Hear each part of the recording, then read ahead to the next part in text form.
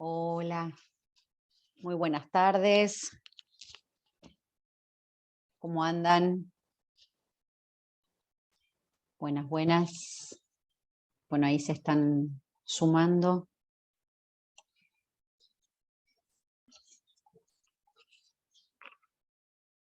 ¿Se escucha bien ahí? ¿Sí? Ok. Sí, muy bien.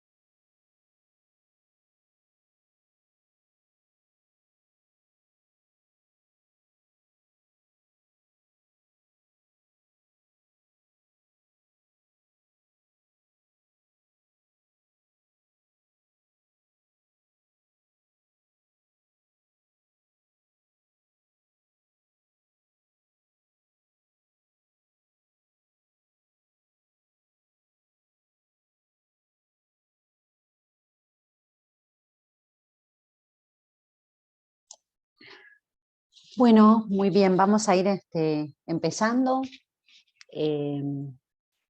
Buenas tardes. Buenas tardes.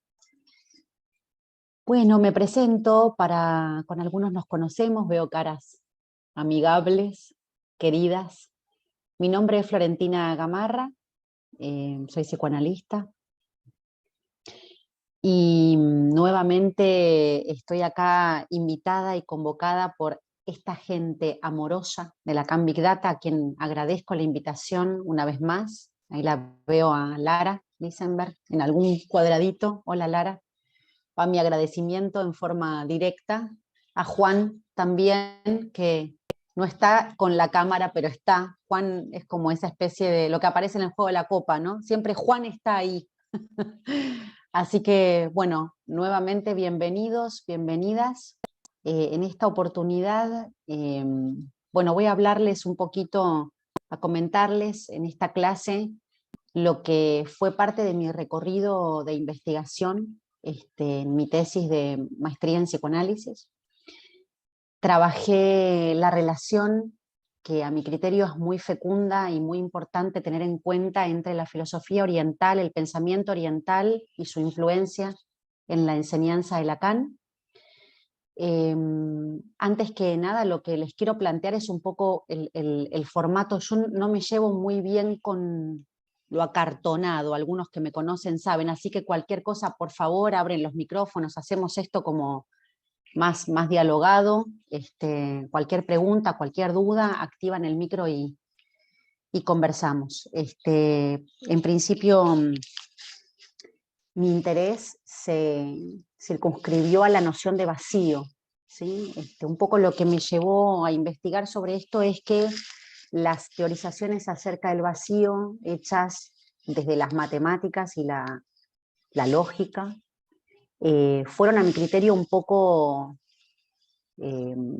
más estudiadas, más abordadas que la noción de vacío oriental, y me parece que la noción de vacío oriental rigió, acompañó, incluso fundamentó muchos de los desarrollos de Lacan. Yo en mi recorrido, por lo menos en lo que les quiero transmitir hoy, voy a tomar dos momentos, situando quizá más la relación de los dos viajes que Lacan hace a Japón. Algunos de ustedes deben conocer, Lacan viajó a Japón 2 veces. La primera vez fue en el año 1963, ¿sí? A la altura del Seminario 10, Angustia. Allí hay una clase que en la traducción lleva por nombre Los párpados del Buda, y la segunda vez es en 1971, ya más, digamos, a la altura del Seminario 18. ¿Sí? Esto digo como para orientar un poco el corte temporal que nos permita ayudar a ubicar por qué la cuestión del vacío para mí es tan importante, ¿no? Y la intención, el interés fue un poco realizar el viaje que hizo Lacan, ¿no? ¿A dónde Lacan fue a buscar este sustento, este fundamento del pensamiento oriental? Lacan tuvo dos grandes influyentes y maestros. Uno fue Paul de Méville y el otro fue François Chen. Ambos eran especialmente molestados por Lacan a cualquier hora. A Lacan se le ocurría una pregunta, pintaba a 4 de la mañana, se le cruzaba algún chinito y allá iba, ¿no? De hecho, François Chen interrumpe muy amablemente los encuentros con Lacan para poder publicar 2 de sus últimos libros. Y él lo dice de un modo muy gracioso incluso, ¿no? En la publicación de la escritura poética china, comenta esto, ¿no? Tuve que interrumpir mis encuentros con Lacan para poder darle curso a la publicación de mis libros. Y la verdad es que Lacan tenía un vivo interés por el pensamiento oriental. Básicamente, cuando decimos pensamiento oriental, yo tomé 3 de los recorridos, por lo menos como para poder arrancar este viaje. Uno de ellos es, por supuesto, el Tao, ¿no? El Tao, ese libro de enseñanzas que tiene que ver con un corte espiritual, del pensamiento chino, de la raíz, ¿sí? De este pensamiento oriental nacido en China, continuado luego con las enseñanzas de Confucio, Mencio. Mencio es precisamente lo que Lacan trabaja en el seminario 18, de una cuestión que no fuera el semblante. Y por otro lado toma la obra de un artista, de un pintor, calígrafo chino del siglo XVII, Xi Tao, monje, calígrafo y pintor. Y también se va a centrar específicamente en todo lo que tiene que ver con el arte oriental, ¿sí? No solo la pintura y la caligrafía, sino fundamentalmente la poética. Esto ocurre a partir de los años 70. Por eso situaba que el segundo viaje de Lacan a Japón es fundamental para ubicar estas cuestiones, ¿no? Entonces, bueno, un poco, digo, en relación a este primer viaje, en 1960, seminario de la angustia, ¿y qué es lo que él ubica allí en esa clase denominada Los párpados del Buda? Lo que tiene que ver con el vacío, lo que tiene que ver específicamente con el deseo, ¿sí? Ustedes saben que si nosotros hacemos un recorrido, quizá por lo que podríamos ubicar en un primer corte, podemos ubicar algunos conceptos, ¿no? Inconsciente, falta, deseo, saber, ignorancia, ¿no? Cuestiones que han tenido peso en estos conceptos fundamentalmente por ubicar el deseo inconsciente, ¿no? Y lo que implica en todo caso el deseo inconsciente en relación a cierta causa, cierta falta, ¿no? A la falta que causa, ese objeto perdido, que es lo que relaciona o desarrolla en el seminario 10, ese objeto que falta, que es precisamente donde Lacan ubica la causa del deseo, ¿no? Y lo interesante es que en esa clase, en Los párpados del Buda, claramente lo que él dice es que tenemos que ubicar el deseo por fuera de cualquier pensamiento dualista.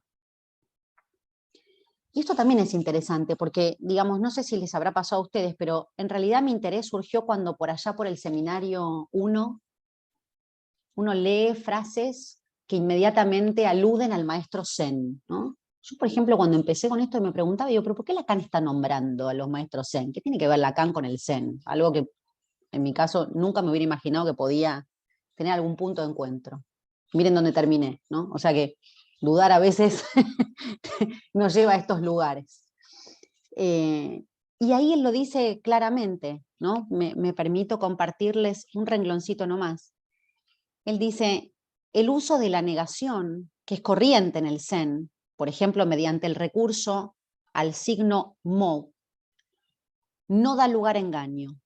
Se trata de una negación bien particular, un no tener, bastaría para ponernos en guardia. Aquello de lo que se trata, al menos en la etapa intermedia de la relación con el nirvana, está siempre articulado de una forma extendida en toda formulación de la verdad búdica, en el sentido de un no dualismo. Encontramos acá otra palabra, también conocida, pero la conocíamos desde antes y mucho más por Freud, nirvana. Eso que quizás en la traducción y en el estudio universitario nos han transmitido como ese principio que rige a la pulsión de muerte. Nirvana asociada a la destrucción. Voy a hacer extensivo un agradecimiento a mi maestro Zen. Terminamos en ese recorrido, ¿no? Yo también tengo un maestro Zen a quien taladro a cualquier hora y en cualquier momento. Y aquí veo algunas caras de compañeros y compañeras míos de estudio, la Fer. Y haciendo este recorrido, uno se encuentra con estas preguntas, ¿no? ¿Qué es nirvana? Y me encontré con que nirvana no tiene nada que ver con lo que nosotros ubicamos como nirvana, por lo menos los que venimos leyendo a Freud y desde la introducción de Schopenhauer del término en Occidente. Mucho más distanciado está de cómo lo tomó Barbara Lowe, ¿no? Psicoanalista, que es de quien lo toma Freud. Entonces les decía, este recorrido que circunscribo en estos dos viajes me van a permitir comentarles a ustedes dos cortes. El primero, el que tendría que ver con una relación que iría del saber, la ignorancia, el deseo, la ansia, la falta, el significante. Y un segundo momento, que quizás está relacionado con esto que se sitúa en el segundo viaje, lo que encontré en relación a la poética china, momentos en los que en la enseñanza de Lacan empezaban a esbozarse los desarrollos sobre letra, escritura, goce femenino, sin tom. ¿Sí? Más o menos digo como para orientarnos un poco en esto. Fíjense lo que decía Lacan a la altura del Seminario 1, 1953. El maestro interrumpe el silencio con cualquier cosa, un sarcasmo, una patada. Así procede en la técnica Zen el maestro budista en la búsqueda del sentido. A los alumnos les toca buscar la respuesta a sus propias preguntas. El maestro no enseña ex cátedra una ciencia ya constituida. Da respuesta cuando los alumnos están a punto de encontrarla. ¿Sí? Es una cita que van a poder encontrar en el Seminario 1. En este caso uno podría decir cuánto de esto ha llevado a Lacan a pensar en la posición del analista, ¿no? Esta relación que él establece entre esa ignorancia que se pone en relación a cierta búsqueda de una verdad, ¿no? Y cómo por ahí las intervenciones del analista, siguiendo la regla de la abstinencia freudiana, no van en la línea de responder, sino en la línea de abrir, ¿sí? En la línea de tomar cierto agujero que permita la causación de la cadena, ¿no? El discurrir de esa cadena significante. Allí ubicamos que las nociones de falta y ansia y de articulación son absolutamente conducentes a la vía del sentido, ¿no? A un tipo de sentido que desarrolla Lacan, cuando el sentido queda más pegado a lo que nosotros conocemos con el término de significación, ¿sí? Una articulación significante que como efecto de esa articulación produce un efecto de significación. Es decir que para que pueda motorizarse la cadena significante es preciso, dice Lacan, que ubiquemos al sujeto en la ansia, ¿sí? El sujeto no está representado por ningún significante, sino que es lo que representa un significante para otro significante, ¿no? Ante otro significante como efecto subjetivo. En ese sentido, digamos, uno podría ubicar que el decir, el acto del decir, produce sujeto, ¿no? El sujeto sería como un efecto allí del decir. Cuando digo el efecto del decir, es porque me interesa retomar una especie de neologismo que Lacan introduce por el seminario 21, 22, que es el de dit mansión, ¿no? Que es la mansión como lugar del dicho, ¿sí? Algo del orden de lo que se dice allí, que tiene que ver tanto con la vertiente del otro, como, agrego yo, con la vertiente del cuerpo. Seminario 21. ¿Sí? Los voy a ir como llevando y trayendo varias veces como para que podamos ir haciendo este viajecito. ¿Hacia dónde se dirige entonces la interpretación? Podríamos pensar con estos datos que podemos ir construyendo. Si el sujeto es, ¿no?, efecto del dicho, ¿qué es el dicho? ¿Cómo transcurre el acto del decir? Nosotros analistas nos ocupamos de eso, ¿no? ¿En qué momento? ¿Qué dice? ¿Quién dice? ¿Y qué es esto que nos permite pensar en un dicho? En este punto podemos decir que para Lacan la mansión del dicho siempre es el otro, el gran otro, ¿sí? Ahora, también es cierto que a lo largo de la enseñanza de Lacan, el gran otro nos ha confundido más de una vez, ¿no? A tal punto que en algún momento dice el otro es el cuerpo. El cuerpo es el otro. Entonces uno dice, bueno, este otro no es el mismo otro que ubicamos en el seminario 1, ¿no? Por ejemplo. Ese lugar del gran otro, ese lugar al que el analista ocupa, haciendo uso, ¿no?, del inconsciente estructurado como un lenguaje. Y fíjense que en el seminario 13 dice Lacan, cada uno sabe que un ejercicio zen mantiene cierta relación que aún no se sabe bien qué quiere decir con la realización subjetiva de un vacío. Este momento cumbre debe tener relación con el vacío mental que debe obtenerse. Agudeza que se sucede al aguardo que se realiza por una palabra, una frase, una jaculación, incluso una grosería, un palmo de narices, una patada en el culo. Es cierto que esta clase de disparates o payasadas no tienen sentido más que a la luz de una larga preparación subjetiva. ¿Sí? Esto dice en el seminario 13. Nuevamente el Zen. Busqué lo que significa jaculat, porque digamos, no siempre Lacan utiliza el término de la misma manera, ¿no? Y justamente jaculatoria, jaculación, significa, entre otras cosas, escrito breve, oración breve. Y además de breve, dice que también es fervorosa. Una palabra que me llamó bastante la atención.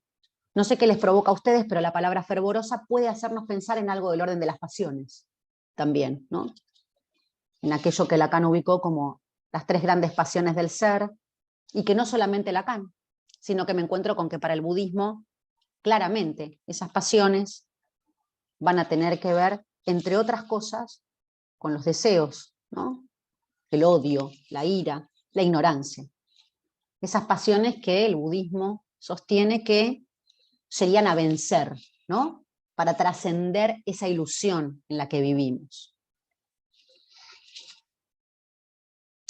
La jaculación, entonces, en esta producción de escrito breve, tiene la función de aislar un sentido. Pero cuando ese sentido es aislado, lo saca del circuito de la articulación. Y acá hay un hallazgo, digamos, porque acabamos de decir hace un ratito que la articulación significante es lo que produce como efecto un sentido, una significación. Y acá nos empezamos a encontrar con un sentido aislable, es decir, un sentido que funciona como nudo. Y si funciona como nudo, no es efecto de una articulación. ¿Sí? Es decir, que acá, esto que en un primer momento ubicamos como yancia, como ese agujero que causa y produce, lo encontramos en el decir como efecto de un vaciamiento, que no es lo mismo vacío que vaciamiento. Me ubico esto porque me parece que acá está la bisagra de lo que Lacan va a desarrollar a partir del Seminario 18 de 1971, de Litura Tierra, digamos, de estos textos que van perfilando ese pasaje de la lingüística a la poética y que van destacando el estatuto y la función de la letra,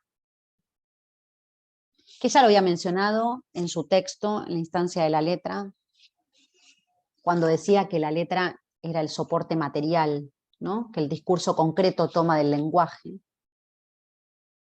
Y la letra va tomando cierto lugar que tiene que ver con ese reducto en el que se va convirtiendo el significante, la erosión, el gastado, el desgaste del significante.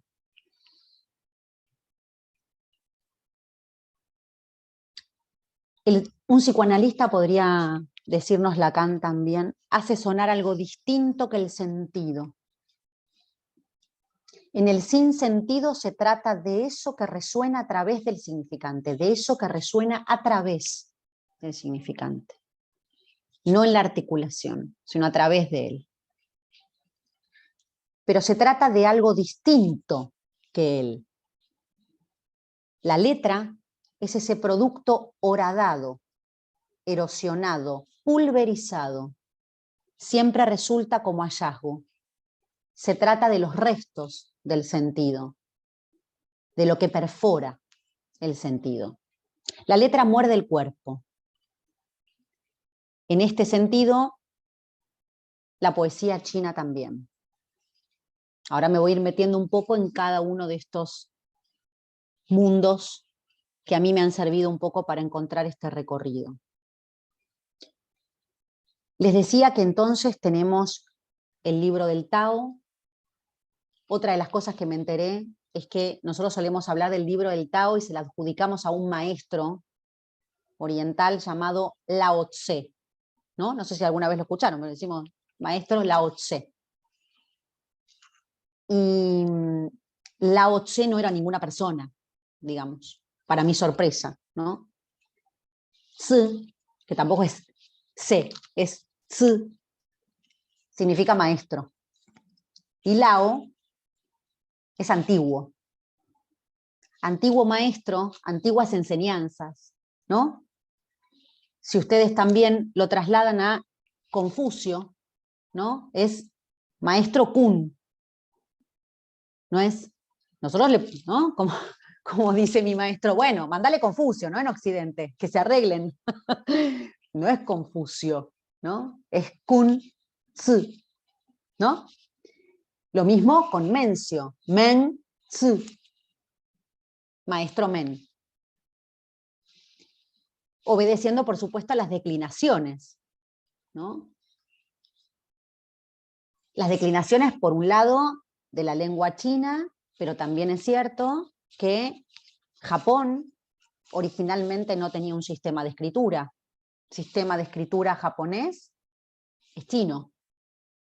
¿Sí? O sea que es interesante esto para pensar cuándo habitamos la lengua materna y cuándo habitamos una lengua prestada, ¿no? Ya bastante lío es habitar la lengua materna, imagínense cómo funciona encima esto de que además tenemos que adaptar una y apropiárnosla. ¿Cómo no le iba a interesar a Lacan algo de esto? ¿Cómo no le va a interesar un trazo que no tenga que ver con el sentido, ¿no? O que sí, pero un sentido que es reducto, no un sentido que es producto, en el sentido de lo que se articula. Y entonces, el libro del Tao, que Tao, además de significar camino, también significa palabra y hablar, ¿no? Ya que es una transmisión por la vía de la palabra, el camino de la palabra. También se ve interesado, como les dije, por la obra de este monje Shitao, calígrafo, que inventó una técnica, y esa técnica la llamó el trazo único de pincel, o trazo unario. ¿Le suena? A mí inmediatamente me llevó al rasgo unario de Lacan. Pero en este como que hay que hacer un trabajo como el de Intrusos en el Espectáculo, ¿no? Tenés que andar como investigando de qué se... ¿no? Porque uno sale a decir, ah, trazo, sí, es lo que el rasgo lunario en ciertos lugares no ha lugar, ¿no? Más vale decir que lo sacó de otro lado. Ese trazo único de pincel es un tipo de caligrafía que concierne a que en el primer trazo, están todos los posteriores y posibles.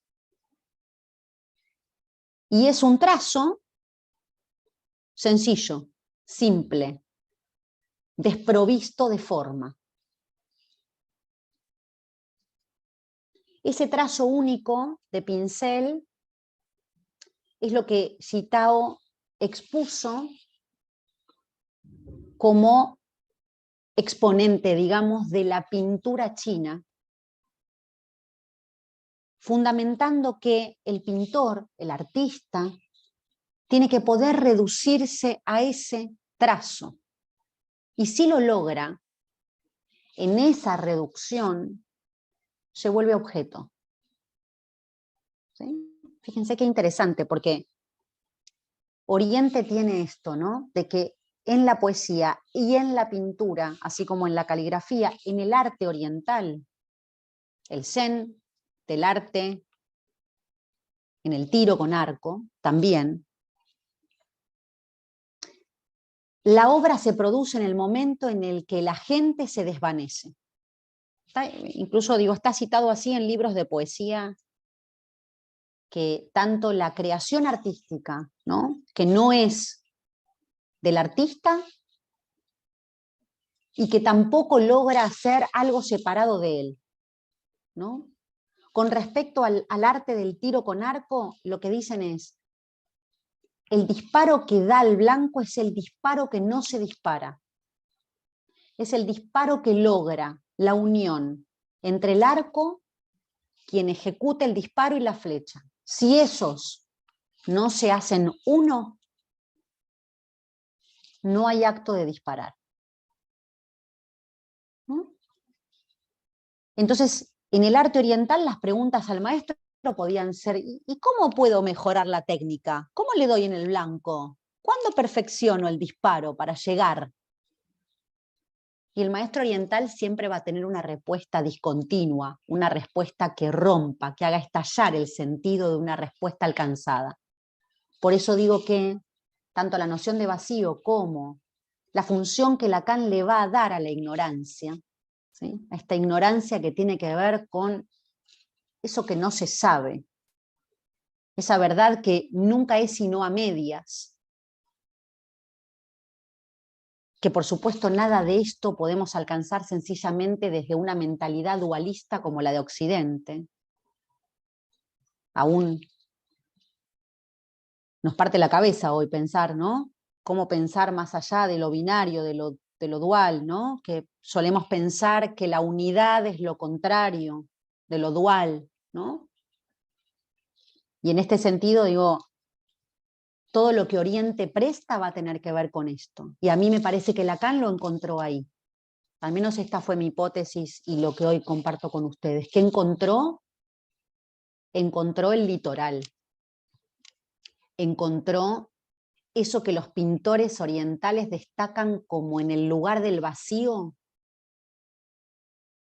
el dibujo de una nube. El vacío para los pintores orientales no es el lugar en blanco de la hoja, porque el vacío no es nada, no es la nada. ¿Sí? Entonces, la nube es aquello que, desde ese lugar vacío, fecundo, conecta el cielo y la tierra. ¿No? Y ahí tenemos claramente dibujada una frontera, que no es frontera, sino litoral, para nosotros, digamos. Eso que es vacío empalma. No es nada, no es hueco. ¿Sí? Si hay alguna pregunta, me van, por favor, frenando, activan sus micrófonos. Entonces, cuando el hombre en busca del vacío del pensamiento avanza, Avanza por el fulgor sin sombra del espacio imaginario. Y el espacio imaginario aguarda lo que en él va a surgir.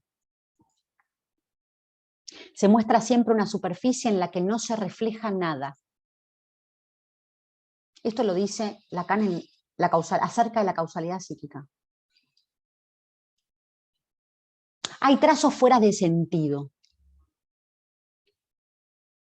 Y en este sentido, dice, la palabra del latín, jaculari, significa lanzar, precipitar. El sentido siempre se precipita, siempre es lanzado, con cierto fervor. La escritura poética china presenta una articulación sin igual entre la voz, la palabra y el escrito. Perdón, Esa ¿te puedo articulación. interrumpir? Sí, Pues te me puse viene la muy manito bien. ahí, pero no, Perdón, sí. no te preocupes. Porque me quedé con esto, ¿no? Hablabas de la nube y del vacío que empalma. ¿Sí? ¿Me escuchás? Sí, sí, Ah, ok, perfecto. ok. El vacío que empalma. ¿Te podrías desarrollar un poquito eso? Porque pensaba en esto, ¿no? La noción de vacío que generalmente manejamos tiene que ver con la lógica matemática. Y a mi entender, dentro de lo que es la lógica matemática, el vacío no lo pienso como un vacío que empalma, ¿no? Esto me suena chino todavía a mí, pero me encantaría poder escuchar un poquito más cómo es esto del vacío que empalma. Desde el punto de vista oriental, lo que te podría decir es que tenemos que pensar el vacío con un término muy afín, que es el de soplo. ¿Sí? Vuelvo un segundo al Tao. Nosotros en Occidente tenemos la idea de que el vacío es algo que está hueco, que no tiene nada. ¿Sí? Si uno piensa en el seminario de la ética, con esa metáfora del alfarero, digamos, eso que se construye, ¿no? en torno a un vacío, podríamos decir, tiene más afinidad con eso. Sin embargo, de donde Lacan lo toma, es de esta idea de esto que va recorriendo en la elaboración del vacío oriental. Voy a compartir, por ahí lo hago medio largo, pero me parece que viene a cuento de tu pregunta, como para ver si esto nos puede servir. Una cita del libro del Tao. Dice así: el Tao de origen engendra el uno engendra el 2 engendra el 3 engendra los 10.000 seres. Los 10.000 seres endosan el yin y abrazan el yang por el soplo del vacío central. Realizan el intercambio. ¿Sí?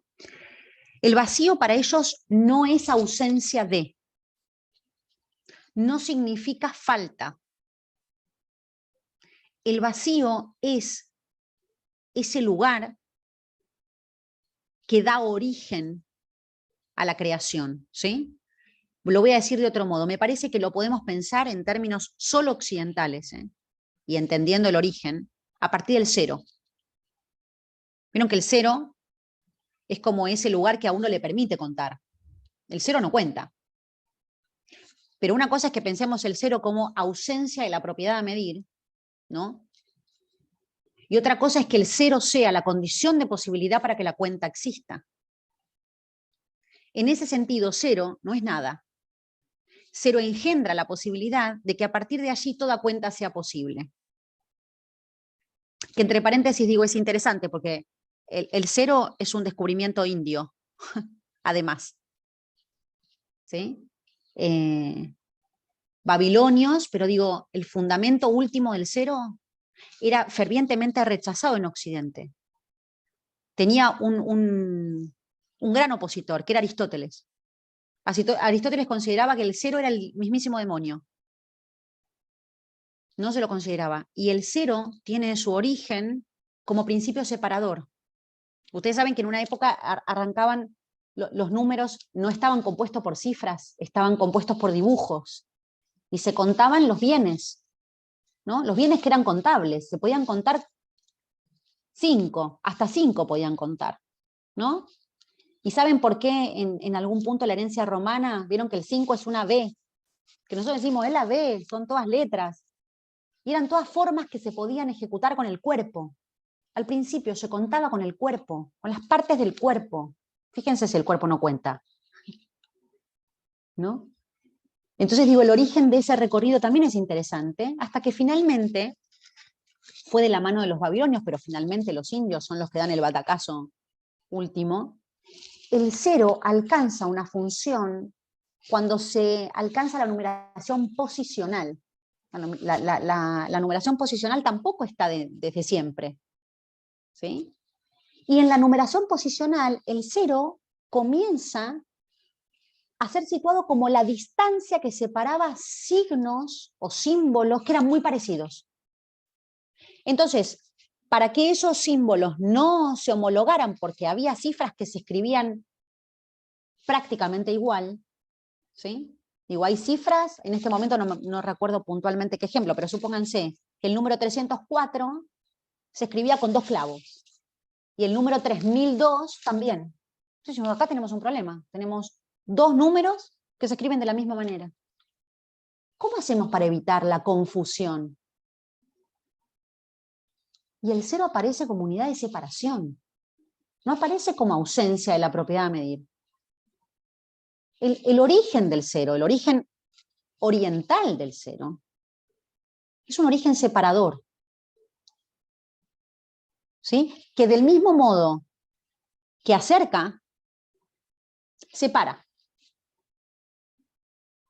¿Sí? No sé si más o menos, Lara, voy ahí como tratando de... Sí, sí, pensaba que, bueno, esto va para largo, pero pensaba que esta versión del vacío que empalma, abre a otra modalidad clínica, Absolutamente. ¿no? Digo, por ahí Absolutamente. es para largo, no sé si para hablar ahora, pero me parecía súper interesante. Abre a Incluso, otro tipo de intervenciones, abre, ¿sí? ¿no?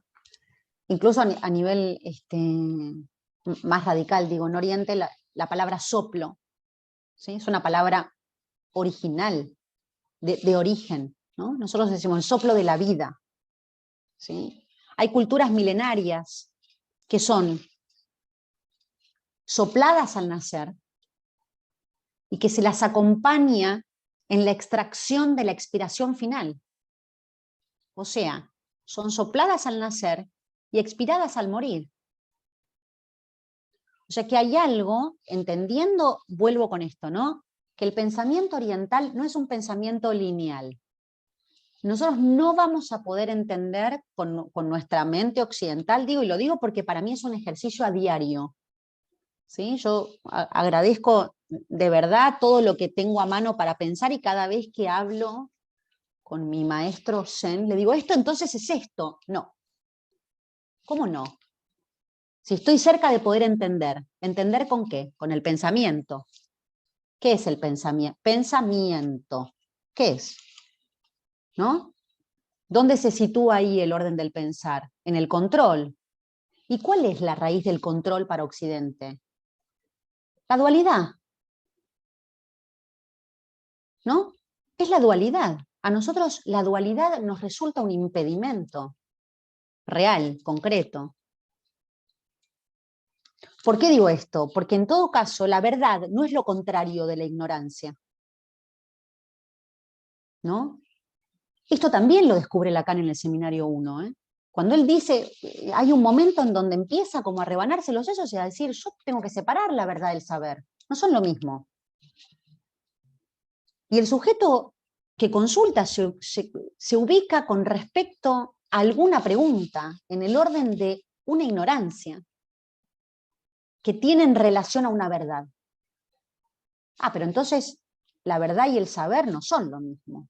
No, la verdad, nosotros hoy, por ahí teniendo leídos algunos seminarios posteriores, me decía, obvio, sí, el saber es otra cosa, es distinto de la verdad. Sí, pero para Oriente y para Occidente son lo mismo. Por eso vuelvo, lo que Lacan fue a buscar ahí, ¿qué fue? ¿Por qué le interesó el tratado de pintura de un monje? Que en lugar de pintar las partes vacías de la hoja, le interesaba de qué modo en la pintura un trazo empalma. Y eso es el vacío para Oriente. Para Oriente, el vacío es lo más parecido a una orilla, ¿no? Pero claro, cuando uno está en una orilla y quiere ir a la de enfrente, dice, crucé.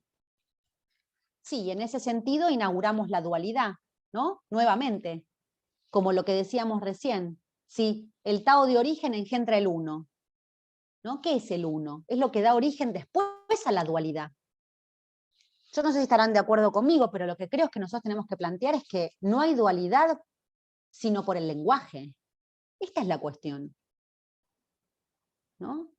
La dualidad parte del lenguaje, y bien sabemos, por ahí esto desde lo que estudiamos en Lacan, que esto lo condujo a Lacan a diferenciar el uno, con mayúscula digo, del otro, ¿no? ¿Por qué uno? ¿Por qué lo llamó uno? ¿Por qué los orientales hablan de uno? ¿No? Yo les estoy compartiendo las preguntas que yo me hice. ¿Esta casualidad? ¿No? ¿Cómo es posible que Lacan encuentra la raíz de la poética, que es lo que efectivamente lo hace ir de la lingüística a la poética, en una escritura que reduzca? ¿Qué quiere decir que reduzca?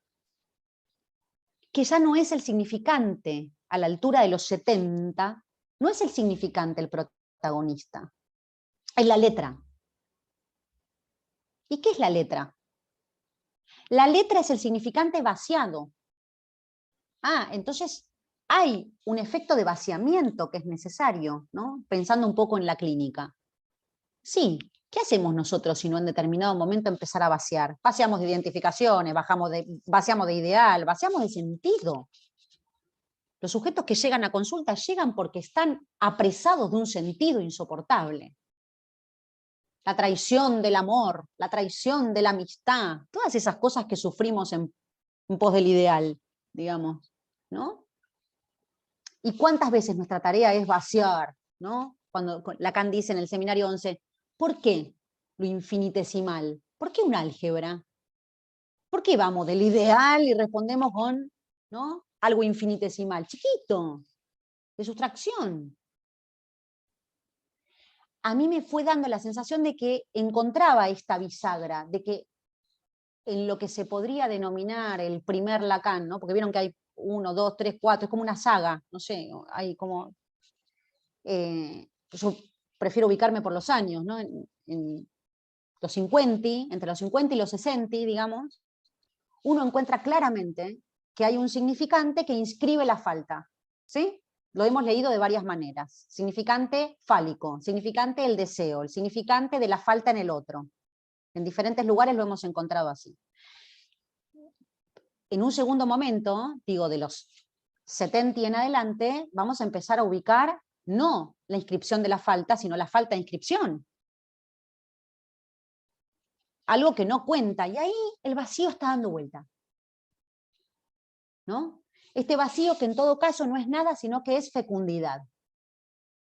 Este vacío que causa, este vacío que es necesario, en todo caso me parece a mí, para que podamos entender cómo dirigimos una cura respecto al goce. Que aclaro que acá tenemos otro problema, ¿no? El goce del sujeto. No, ahí yo voy a hacer una salvedad. Otra vez, me parece que tenemos ese problema, ¿no? El goce no es del sujeto, y muchísimo menos que el sujeto tiene que hacerse cargo de cómo goza. No sé qué les pasa a ustedes, pero a mí estas cosas me tienen como un poco enardecida. De que además uno después se va recontraculpable, porque además goza y no sabe de qué.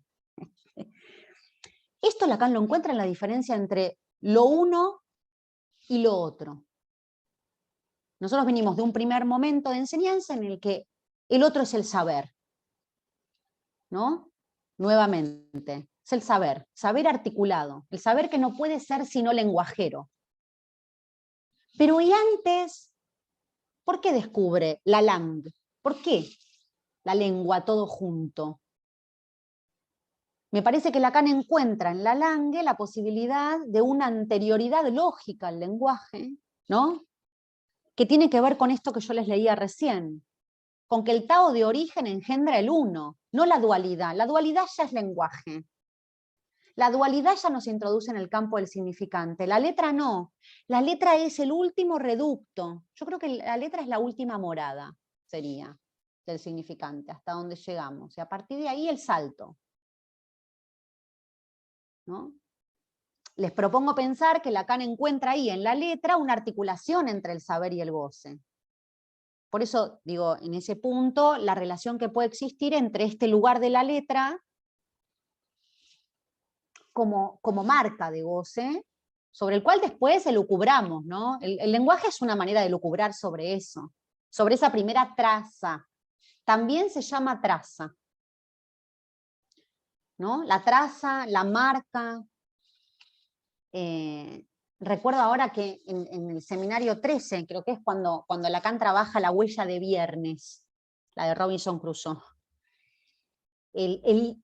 Perdónenme la expresión, ¿no? El quilombo, que es tratar de entender ahí de qué huella está hablando, porque uno vuelve a la huella, cree que es la huella freudiana. ¿Qué huella? ¿De qué huella está hablando Lacan? Lo que pasa es que ahí huella no es la huella de la representación freudiana, ¿no? Lacan está hablando ahí de lo que implica cierta marca, cierta traza, lo que da lugar a la constitución, al origen de ese sujeto, no tiene sino que ver con un borramiento para que algo pueda ser leído, ¿sí? No sé si lo recuerdan, pero en este punto hay algo que se inscribe, y en el momento en el que se inscribe no hay un sujeto.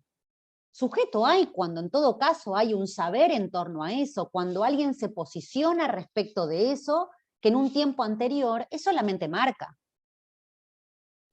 Y esto en la clínica lo podemos constatar. ¿Cuántas veces no encontramos la posición respecto de la cual construir ahí un saber? La transferencia, ¿no? Esto que también nos trae un problema. Sujeto supuesto al saber, ¿no? Que se entiende como. Y es el saber que el sujeto le adjudica al analista, le supone al analista. A mí me parece que Lacan no dice que el sujeto supuesto al saber es eso. A mí me parece que como instalador de la transferencia tenemos que suponerle un sujeto a ese saber. El saber es el otro. Y nos da un laburo bárbaro tratar de ubicar que hay, ¿no? La posibilidad de construir que allí haya supuestamente un sujeto, ¿no? Suponer un sujeto respecto a eso, que si no es saber, es un saber que anda. ¿Sí? Bueno, avanzo un cachito más para ver si podemos llegar un poco a la cuestión de la poética, que me interesa comentarles.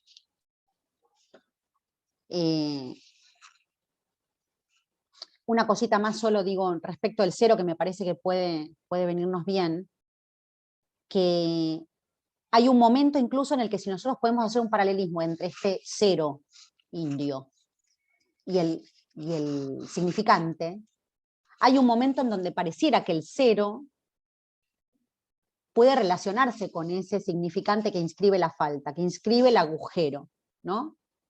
Lo que da lugar al allance. Pero hay un momento de la enseñanza de Lacan en la que el falo toma estatuto de letra, ¿no? Ahí ya no como significante, sino que el falo como letra nos permite ir en torno a esta idea de uno con mayúscula, ¿no? Uno, como diferencia de otro con mayúscula. Entonces, la verdad es que la primera vez que se pudo representar un número que superara los 1.000 millones, esto lo hicieron los chinos.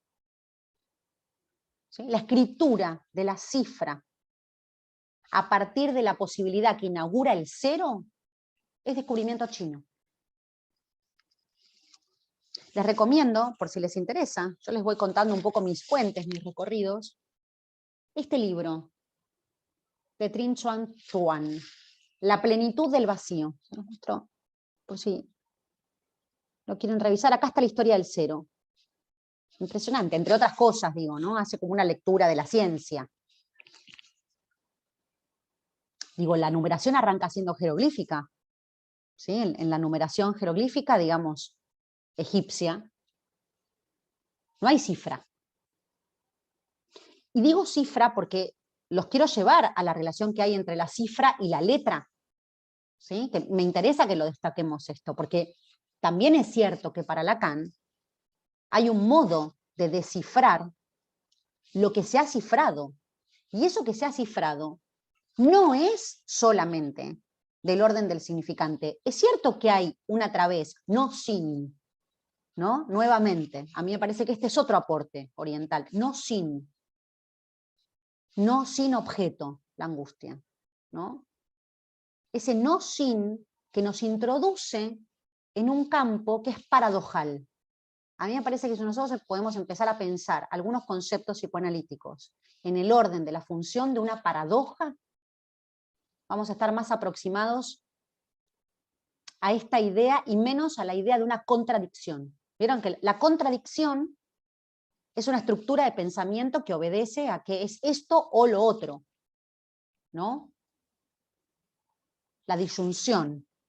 Lo que Lacan empieza a encontrar en la escritura oriental es la conjunción. De hecho, les comento, de la poética oriental, originalmente china, lo que le interesa es cómo descubre un carácter chino que es al mismo tiempo verbo y conjunción. ¿Saben cuál es? El Wu Wei. Lo trabaja en el seminario 18. Actuar. Significa, Wu Wei significa no actuar. Pero también Gu no solo significa no, porque Wei es actuar, sino que Gu significa además cómo. Conjunción, ¿no? Sí. Entonces yo digo, si algo es como actuar, quiere decir que no es actuar, es cómo actuar, ¿no? Ven que no es lo mismo que algo sea como algo que algo sea algo, ¿sí? No sé, tengo ahora, me viene a la cabeza una definición, uno encuentra en Lacan a veces estas expresiones que son perlas, que el goce se presenta como una satisfacción, ¿no? Pulsional. Creo que esto es de su versión, no recuerdo bien, me puede estar fallando la memoria, pero se presenta como no es entonces. Vieron que nosotros estamos diciendo, el goce es la satisfacción pulsional. Tendrás mucho, poco, más, menos, depende de cómo te gradúe, el termostato que tenga, mucho goce, ¿no? Pero en realidad, ¿qué es eso? ¿Qué quiere decir? Que se presenta como. Si hay algo que se presenta como, quiere decir que no tenemos una relación directa a eso. ¿No? Pensando ahora, digo, perdón la digresión, pero que uno piense que en todo caso el fantasma, ¿sí? Es un articulador y se presenta como una satisfacción pulsional, ¿no? Habría que ver qué significa esto que se presenta como que no es. Y para eso necesitamos la paradoja, a mí me parece. Digamos, yo creo que para eso a mí me vino bien la paradoja. La paradoja, digo, que no es el dualismo. La paradoja que no se piensa como un principio de contradicción. ¿Sí? Esto es esto o lo otro. ¿No? Así vivimos. Esta es la lógica neurótica. O la madre o, ¿no? El deseo o el otro.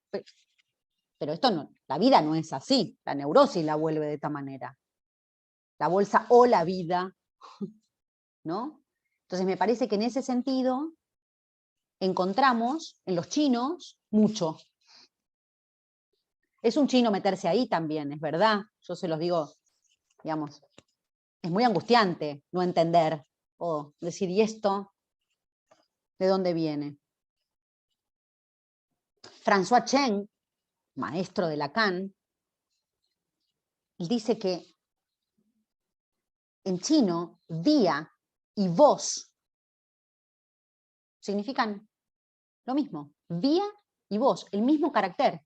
Vía y voz. Voz con Z. ¿Sí? Entonces, en ese sentido, digo, ¿cómo no nos va a interesar este camino que Lacan hace en relación a la poética y a la pintura?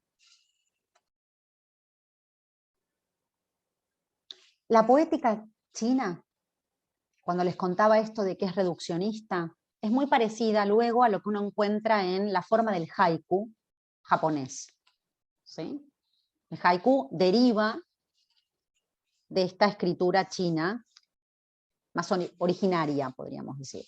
Ustedes saben que el sistema de escritura chino está fundado en caracteres, ¿sí? Que uno lo ve como unos dibujitos, ¿no? Dice, están haciendo algunos dibujos, ¿sí? Un carácter chino se compone de uno o más trazos caligráficos, ¿sí? La particularidad que tiene el trazo es que ya engendra un primer sentido. Es decir, que el sentido no es producto, en la escritura china, el sentido no es producto de la articulación. No surge a partir de la articulación, sino que en la articulación, ¿sí?, ya hay un efecto primero que engendra el trazo. El primer trazo, el trazo único, ¿sí?, el trazo unario de pincel. Ese trazo engendra y es condición de posibilidad de los trazos siguientes. Para la pintura, ese trazo primero es el sello donde el artista se vuelve lo creado. ¿Sí? A ver si lo puedo decir un poco más correctamente. La pintura oriental no representa, presenta. ¿Sí? Xitao decía que un pintor no representa la montaña que está viendo. Al trazarla, está dentro de la montaña, se vuelve la montaña. ¿Se entiende? Para ellos no hay un copiar, no se trata de que está, por eso está presente el acto meditativo en cada producción artística oriental, cualquiera sea. La montaña es eso que se traza en el momento en el que la gente deviene lo trazado. ¿Sí? Yo sé que por ahí es medio difícil de entender esto tranquilos, digamos, para que lo podamos pensar, al menos lo importante, poder pescar algo. El trazo no tiene sentido en sí mismo, digo, un sentido articulador, ¿sí? Ni en la caligrafía, ni en la pintura, ni en la poética, ¿sí? Pero engendra sentido, sentido primero y último, ¿no? Otra vez, ¿por qué primero o último? Primero o último serían pensados desde un pensamiento dualista. Primero y último, no. ¿No? Primero y último podrían engendrar lo mismo. Entonces,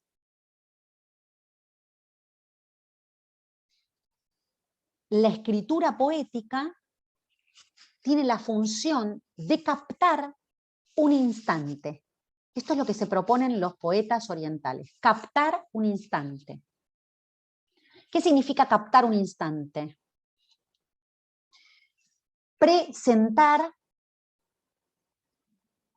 la evanescencia, ¿no? Lo transitorio, podríamos decir, si parafraseamos un poco a Freud en la transitoriedad, en dónde radica, ¿no?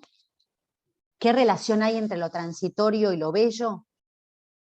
Eso que capta, captura, marca, no representa, sino que en ese momento funda, inventa la montaña, la crea, no la copia, la crea.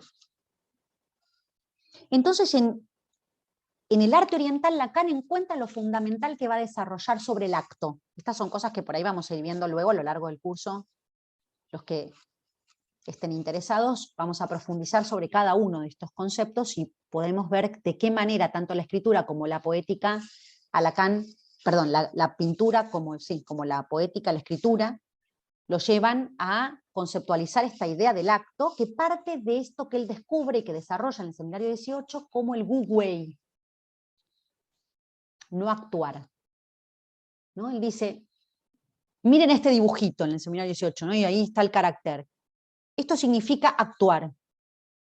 Y esto, ¿no? Acompañado de este otro, significa cómo.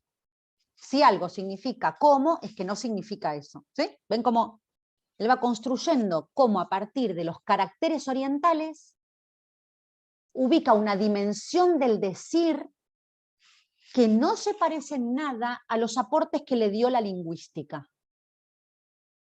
Por eso va de la lingüística a la poética. Después otro chino es pensar eso en la clínica, ¿no? Como decía Lara hace un rato, ahí tenemos ya otras cuestiones. Entonces, ¿qué encuentra Lacan en la escritura china? La figura del ideograma. ¿Sí?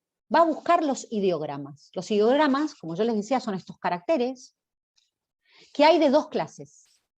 Están los que podríamos denominar pictográficos y los que podríamos denominar ideográficos. ¿Sí? Es decir, los que se asocian más a la semántica y los que se asocian más a la imagen. ¿Les suena esto? Representación. Digo, pensar ahí cómo articulamos palabra e imagen. ¿Sí? Y tiene otra particularidad la escritura oriental, que es que de estos dos pictogramas, perdón, de estos dos caracteres, hay uno de ellos que además le brinda el soporte material de la pronunciación.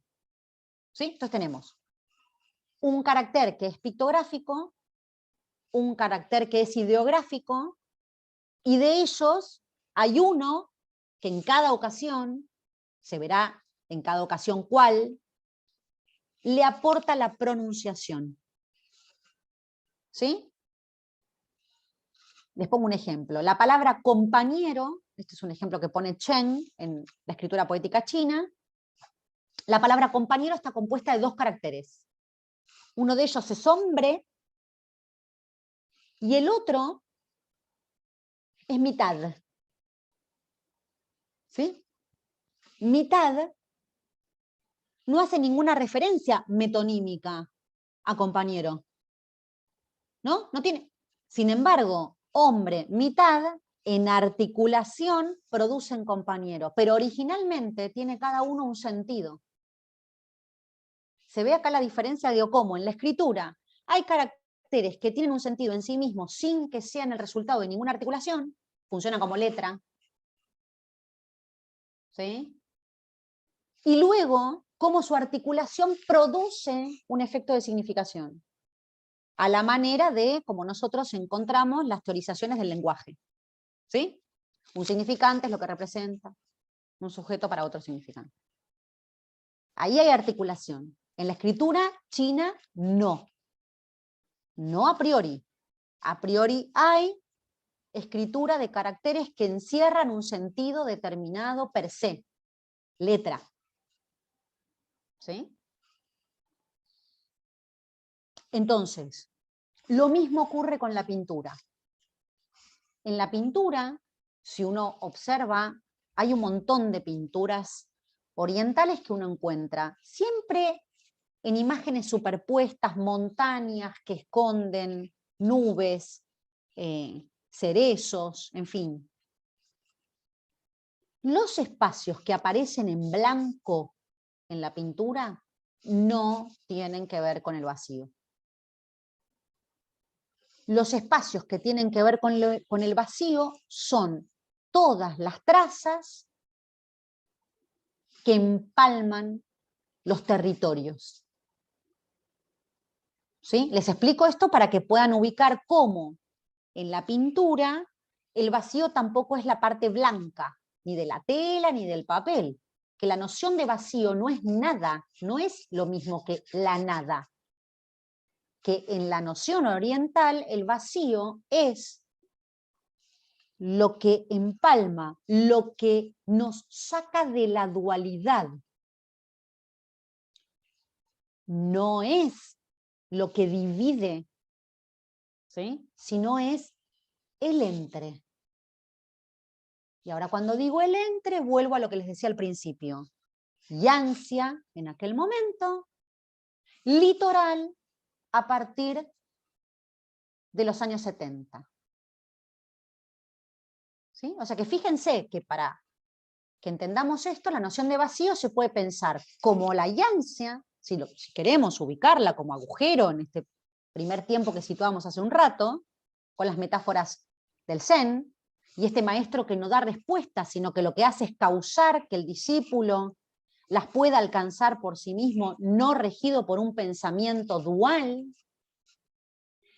Y por último, con los aportes, digamos, de la escritura y de la pintura, poder ubicar que lo que aparece como traza en ese entre está sustentado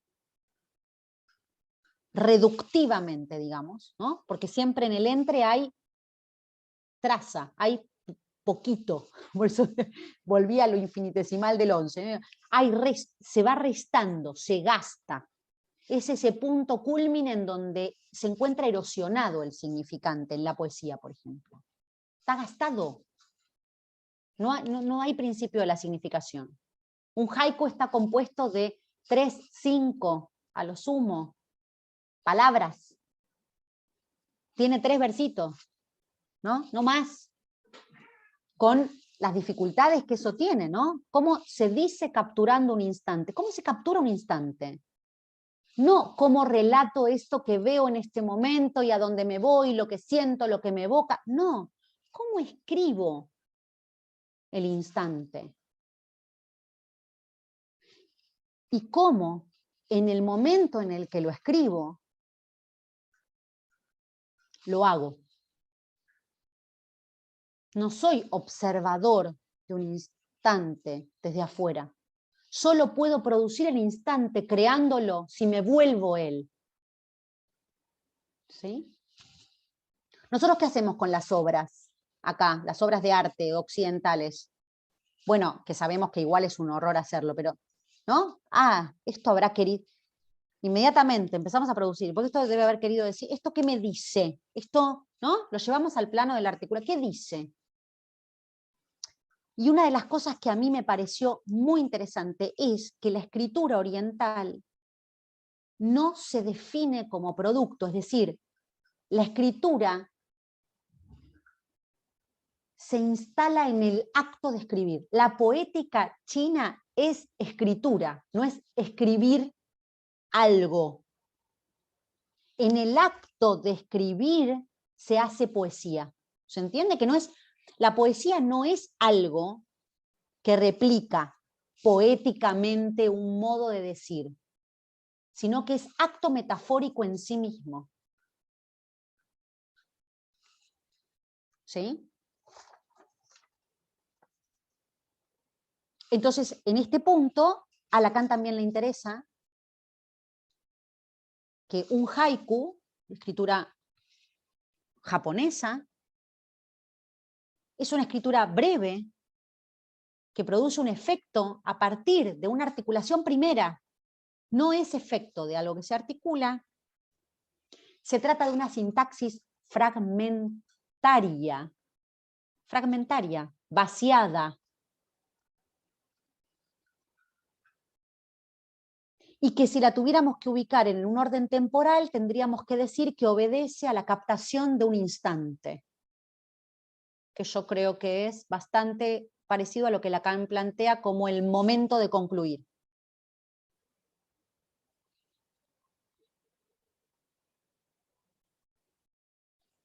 Y a mí me gusta pensar que se trata de escribir una carencia.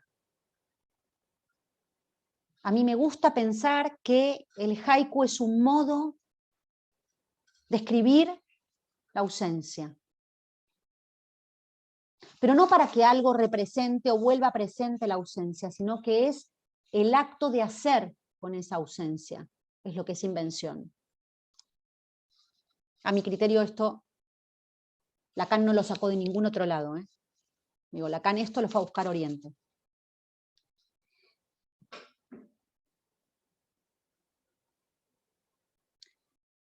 Me quedé pensando qué es lo que va a buscar en ese qué hacer con la ausencia del objeto, ¿no? No me faltaba como decir eso. Como, algo de cuando nosotros hablamos de ausencia, ¿de qué hablamos? ¿De qué ausencia hablamos? De eso que no. Entonces hay una marca de un acontecimiento que el haiku escribe. El haiku es la marca de un acontecimiento. Y la unidad temporal es interesante también porque en la escritura generalmente oriental no hay tiempo. No hay tiempo en el sentido de algo que exprese la linealidad pasado-presente, ¿no? En la montaña se plasma el recuerdo de... No. Es como eso ya es como viciado. Eso que dice, eso que escribe, es, fue y será. O sea que además es un tiempo que es del instante por romper la continuidad, por romper la linealidad, no solo la dualidad, también rompe la linealidad, que la linealidad y la dualidad van de la mano, ¿no? Pero digo, como antes hablábamos de dualidad, para que entendamos un poco que un instante es muy parecido a eso evanescente, de lo cual también nos ha transmitido bastante Lacan, apertura y cierre, ¿no? ¿Te suena? Eso que tiene más que ver con un estallido. Y que, fíjense, que además el haiku presta la posibilidad de que en la lengua japonesa lo escrito, que les dije antes que lo toma de China, presenta al menos 2 o 3 sistemas, ¿sí? Silábicos, podríamos decir. Está la escritura que se denomina, discúlpenme la pronunciación, seguramente voy a decirlo de un modo muy pésimo, Kunyomi, y la otra es Onyomi, ¿sí? Onyomi es la escritura que nos va a hablar de la pronunciación. Es lo que tiene que ver con la manera original en la que fue tomada de China. Original, ¿sí? Onyomi responde a la manera original de ese kanji, digamos, más cercano a la original pronunciación china. Estoy hablando de un sistema de lectura y escritura, ¿sí? Mientras que Kunyomi es una lectura que encierra la fuerza consonántica y vocal, es decir, semántica. Nuevamente, tenemos la diferencia entre la semántica y la fonética, sería para nosotros, ¿no? Eso que pronuncia y eso que hace a la semántica. ¿Y qué particularidad tiene? Que cuando hablamos de la fidelidad sonora, en Japón se respeta que esa fidelidad sonora es la lengua materna.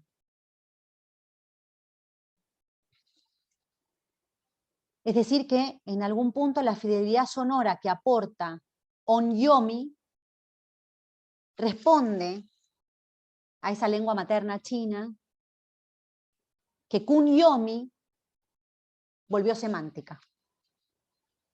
¿Sí? Un kanji o un kanji, así en el barrio,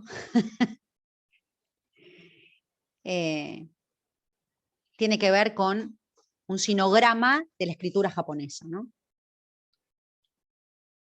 Acá yo tengo suerte porque, salvo que me buchoneen algunos compañeros míos que están acá, mi maestro nunca se va a enterar que estoy diciendo estas cosas, que seguramente van a ser una barbaridad, así que lo veo a Fer ahí en la pantalla, por favor, no me delate, esto queda entre nos. Y que tiene que ver con, digamos, un kanji tiene que ver con los trazos, justamente, ¿no? Estos trazos chinos.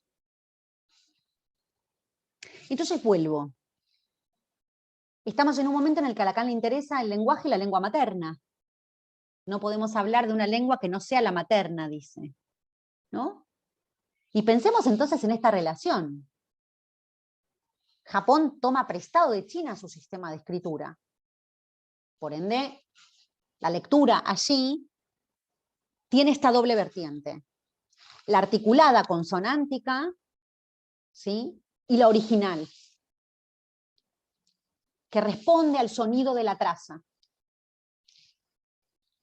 Fíjense cómo Lacan va a ubicar ahí que hay algo del sentido de una traza primera que va a relacionar con la lang, no con el significante, no con el efecto de articulación. Incluso tienen trazos distintos, ¿no? Se pueden, si quieren, pueden investigar. Bueno, hay mucho material circulando por internet. Bueno, para variar, como saben, el tiempo nunca da, ¿no? Estoy mirando la hora y de todo lo que tenía anotado hay que hacer una tarea de reducción. Para cerrar, les voy comentando y pido disculpas por la desprolijidad, porque obviamente es mucho lo que tengo en la cabeza de tanto que les quería transmitir y contar que, como diría Lacan, uno no puede hacerlo sin embrollarse. Bueno, este es el caso. Entonces, termino diciéndoles esto. La poesía china escribe. Cuando decimos que escribe, decimos que no se trata de que ella sea en sí una escritura. No es que ella termina siendo escritura, sino que ella es el acto de escribir. La poética china es el acto de escribir. Lacan encuentra ahí el acto de escribir. Me parece que por eso le importa tanto esto de lo que uno inventa, ¿no? Y a nosotros los analistas nos tiene que importar mucho de qué se trata la invención.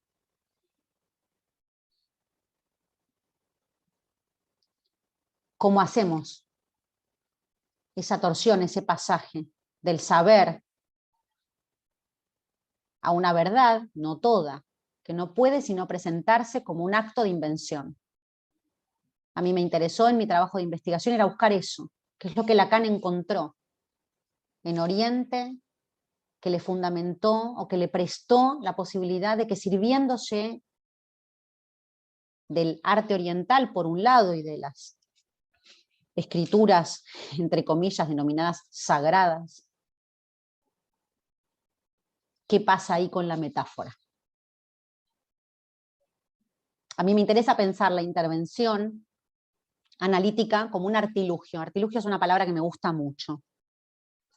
Cuando digo me gusta, digo no es que tomo su sentido, me gusta. Y a mí me parece que el poeta oriental artilugia. Hace eso, ¿no? Inventa, capta. Y ahí hace escritura. En la poesía oriental no hay quien escribe. Hay un libro que después también, bueno, lo podemos comentar, que plantea cuál es la diferencia entre, en la poética, digo, esto es un hallazgo, nombran al escritor, digamos, como el agente, el objeto, como aquello que supuestamente produce, y lo que ocurre en el medio lo denominan transferencia. También, increíble. Y el efecto, digamos, que produce, el hallazgo que produce el acto de escribir, es justamente desdibujar, desdualizar, podríamos decir, esta idea que tenemos de que es el agente el que opera sobre el objeto, sino que para la creación poética, el poeta se vuelve lo creado. Y en ese momento hay algo de su destitución subjetiva en juego. Bueno, me gustaría como hacer hasta acá la exposición y me gustaría que intercambiemos, bueno, que si hay preguntas y que por ahí si podemos hacer alguna aclaración sea en el intercambio. No presté mucha atención a esto de las manitos, por eso no la vi a Lara tampoco, pero lo que yo les pido es que activen sus micrófonos si alguien quiere hacer algún comentario, alguna pregunta y lo hagamos así dialogado, que es para mí la mejor manera.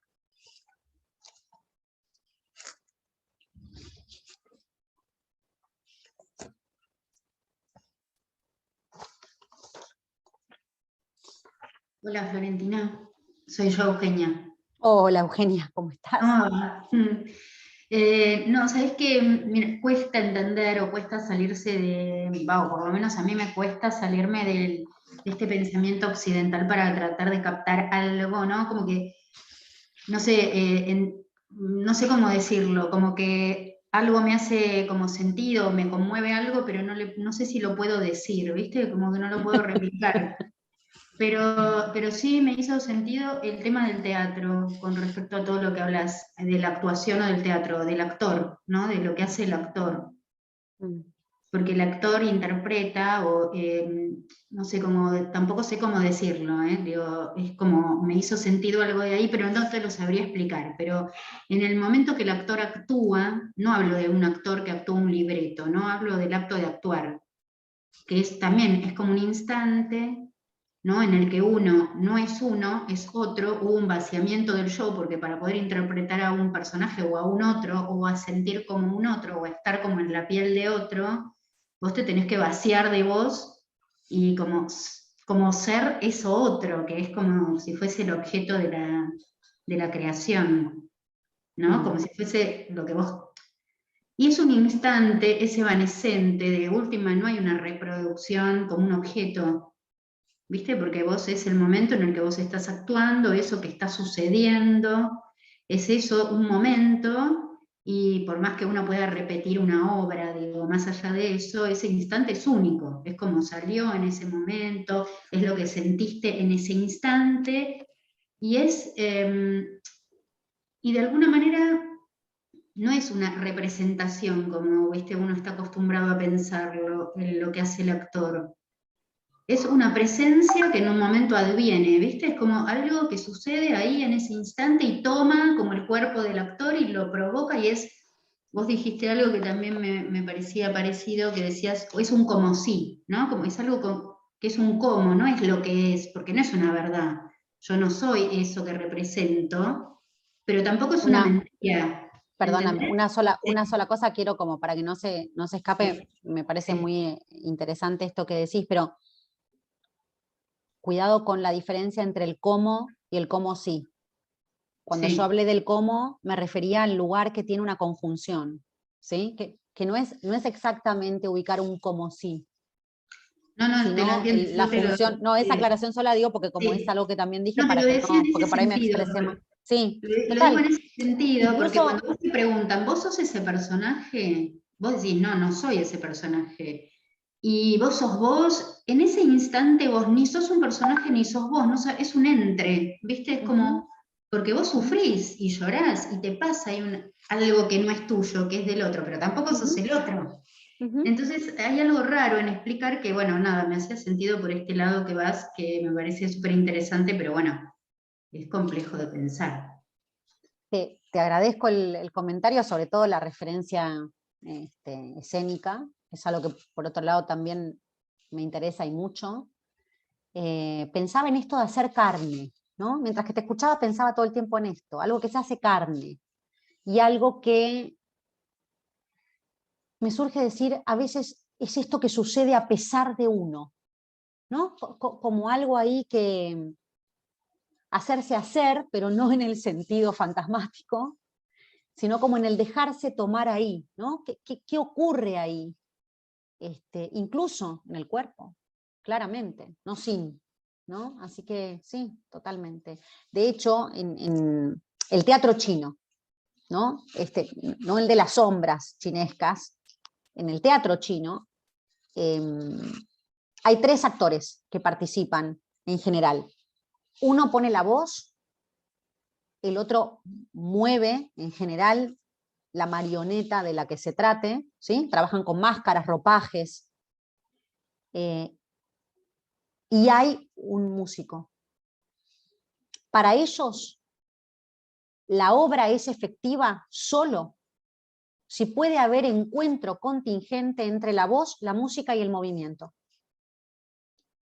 En el hacer ese teatro chino tiene, digamos, la función artística de producir un encuentro entre la voz, el movimiento, y yo agregaría algo del orden de la cadencia, del sonido, ¿sí? Que tiene que ver con un encuentro. Me hiciste acordar, gracias, me había olvidado, pero entre uno de los tantos recorridos que hice fue también meterme ahí cómo funciona esto, ¿no? Y por otro lado es algo que también tiene trabajado una colega y amiga muy querida, Leila Bansek, seguramente la habrán escuchado, ella habla de trabajando su tema maravilloso en torno al gesto, habla de esto, de la acrobática destreza de la que habla Lacan, creo que en el seminario 1, si hay alguien acá que esté pescando que me estoy equivocando, por favor hágamelo saber. Lacan habla de esa acrobática destreza, ¿no? Como eso que pone en juego ahí cierto acontecimiento que no es sin el cuerpo, ¿sí?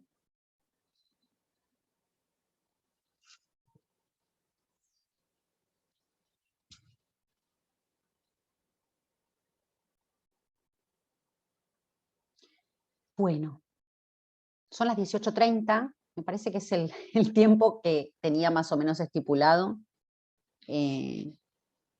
Así que no sé si alguno quiere aprovechar o alguna para hacer algún comentario o alguna pregunta. Espero que no hayan quedado demasiado apabullados con la temática.